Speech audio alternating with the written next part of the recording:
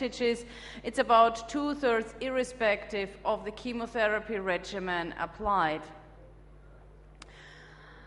What we learned from the surgical part from neoadjuvant therapy when we looked in our database that of course the treatment response is important, and the ADOC regime was a very short 8 weeks intensive chemotherapy, but it resulted in a lower pathological complete response than the standard AC-DOC chemotherapy regimen given over 20 weeks. But what is also important to achieve a higher rate of breast conserving therapy is the experience the surgeon has with operating on patients who received neoadjuvant therapy, and this is shown in the middle line. You see the sites with less than 10 and those with more than 10 cases in the clinical trial. There was a significant difference resulting in almost 80% of breast conserving therapy in the more experienced sites. And also the clinical response makes a difference in the breast conserving therapy. This goes back to the monitoring, so you can monitor the patient, and if they have depending on the response, you can, during the treatment, discuss with the patient what type of surgery she will probably receive in the end. But the surgical procedures also depend not only on the response and on the experience, they also depend on the histological type. Here we looked at the patients with invasive lobular carcinoma, ILC, and the non-ILC are the general ductal carcinomas, and you see that in the ILC, which is shown here and here, in general, the breast conserving therapy rate was lower and the mastectomy rate was higher, irrespective of if the patients achieved a pathological complete response or not, and in the non-ILC patients, the mastectomy rate was much lower. And on the right side, you see the factors influencing, whereas in the non-ILC, it's mainly the tumor staging which influences that, shown below, and it's the HER2 status as well. In the ILC, it's mainly the tumor size and the nodal status influencing the mastectomy rate. So we discussed also yesterday a little bit the influence, and that it's not neoadjuvant therapy is not only able to downsize the tumor in the breast, but also to have an influence on the nodal involvement, and therefore enables the patient to receive sentinel node biopsy as the sole treatment of the axilla. And this is a slide from the Sentina study.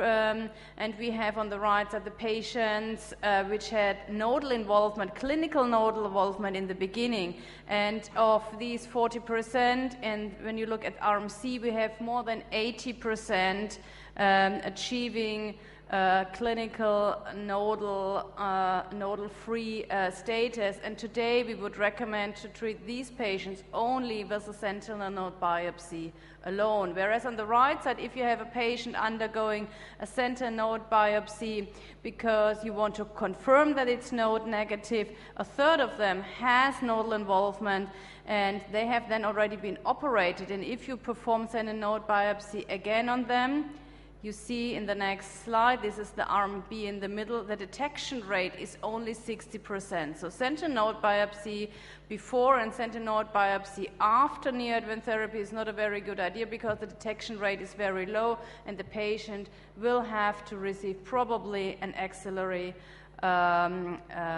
complete axillary dissection. Whereas these patients here, the yellow on the right side, these are the patients with a clinical positivity prior to start of neoadjuvant therapy. 80% are clinically node negative after neoadjuvant therapy, and the detection rate is quite good with 80% in this group, so they can be left with no sentinel node biopsy alone, and this is a clear advantage for the women. But the false negative rate also depends on the number of nodes you remove, and this is a comparison between 3 different trials, the Sentina trial already mentioned, then the NSABP and the ACOSOC trials from the US, and you see you can go below 10% false negative rate if you remove at least 3 sentinel nodes, and therefore this is kind of recommended to look that you have at least 3 sentinel nodes. It's very important. So the surgeon plays a very important role in the success of the neoadjuvant treatment overall. He has to learn, he has to be trained, and he has to understand the concept. What is also important that we have different types of tumor shrinkage. As you can see here, not always the tumor shrinks concentrically, as in picture B. We sometimes have just a scattered picture, and then the area with tumor cells left remains the same. Therefore, as discussed also yesterday, imaging has to be improved, imaging has to be applied, and we're still in the process to improve that. Coming to the systemic treatment, I think the largest advantage currently is in the HER2-positive setting. On the left, you see the slides from the Techno trial that showed for the first time for the HER2-positive breast cancer that those achieving a pathological complete response have an excellent outcome. This is the blue line, and the red line are those with residual tumor after neoadjuvant treatment. On the right side, you see the results from the Noah trial, and you can see that those with trastuzumab having a significant higher pathological complete response, they have also a significant better survival, also in the updated analysis and with the trastuzumab. So the increase in PCR translates to a better survival, at least if the two regimens are really the same.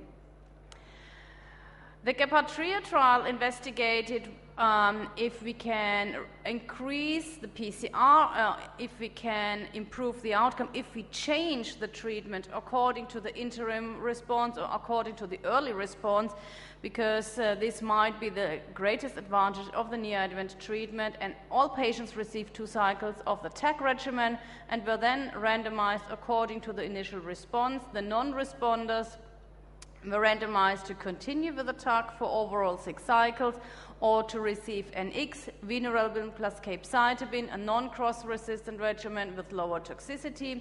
And the responders in the lower part were randomized to continue to up to 6 or up to 8 cycles with the TAC regimen. And the 2 pink groups are the response-guided treatments, and the TAC6 is the conventional therapy.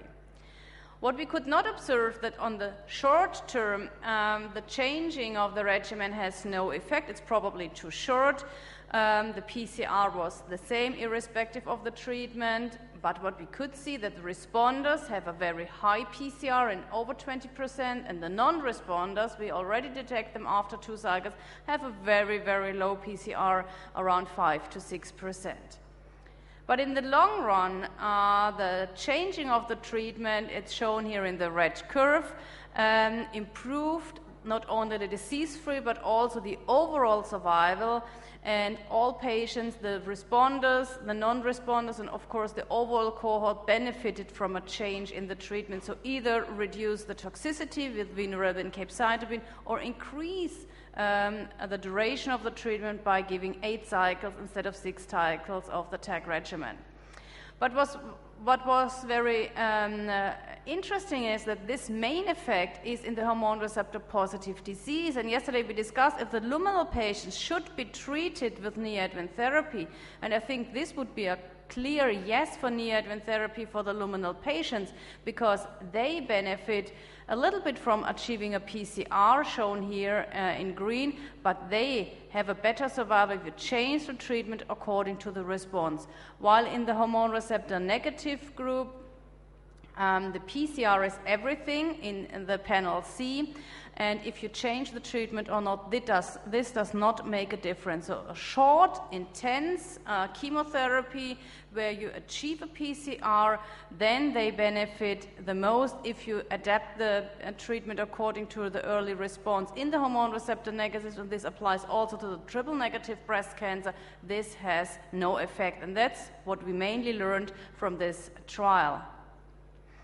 So in general, the systemic strategies are outlined here, and we propose by the German guidelines that in case of indication for chemotherapy, consider the neoadjuvant approach, and I'm not going through the details of the type of chemotherapy we recommend. What we have learned, and I already showed that from the Gebhardt-Trial slide, that the patients achieving a pathological complete response, shown here in red, have a better disease-free and overall survival than the group who does not achieve a PCR. And this is actually irrespective of the subtypes. The more aggressive subtypes, they have a larger difference between PCR and no PCR. For example, here the triple negative and the HER2 positive hormone receptor negatives, but this difference is also seen in the hormone receptor positive group with a large difference in the grade 3 patients.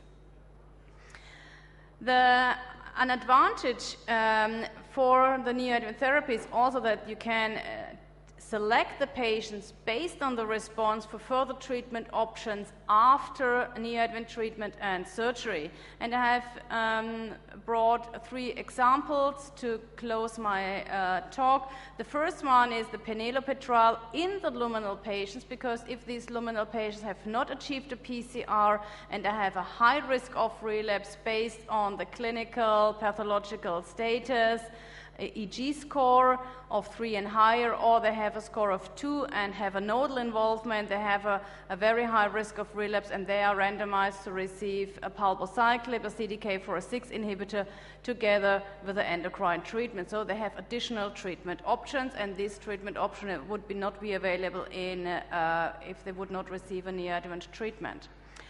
The Catherine study has now closed recruitment. They investigated a similar approach in HER2-positive patients who have not achieved a pathological complete response, and investigated if continuous trastuzumab or changing to TDM1, an antibody drug conjugate, might not be the better option in the patients with a higher risk of relapse. And last but not least, it's the Olympia trial, and this would come into effect for all our triple-negative patients with a germline BRCA mutation, and soon also with our hormone receptor-positive patients with a germline mutation who have not achieved a PCR. They can be entered into this trial and receive the PARP inhibitor olaparib for 1 year. Can I have my summary slides? One summary slide. So in summary, I would say a large advantage of the neoadjuvant therapy, and that's why I vote for a clear yes, is that you can improve the operability not only in the breast but also in the axilla. You can improve the survival. You receive additional information on your treatment effect. You can adapt the treatment in case of insufficient response, and only the patients really at high risk of relapse would be selected for additional treatment. And this selection for post-neoadjuvant therapies can be done in patients not responding adequately, and I've shown you a couple of examples. And last but not least, for neoadjuvant trials, it's an ideal scenario for biomarker development. We have the window of opportunity start. It's a short 4 to 6 weeks before you start the trial, and you get additional biopsy and investigate it. You can perform serial biopsy, and of course you have the interim response assessment and can tailor the treatment according to biomarker results. Thank you very much.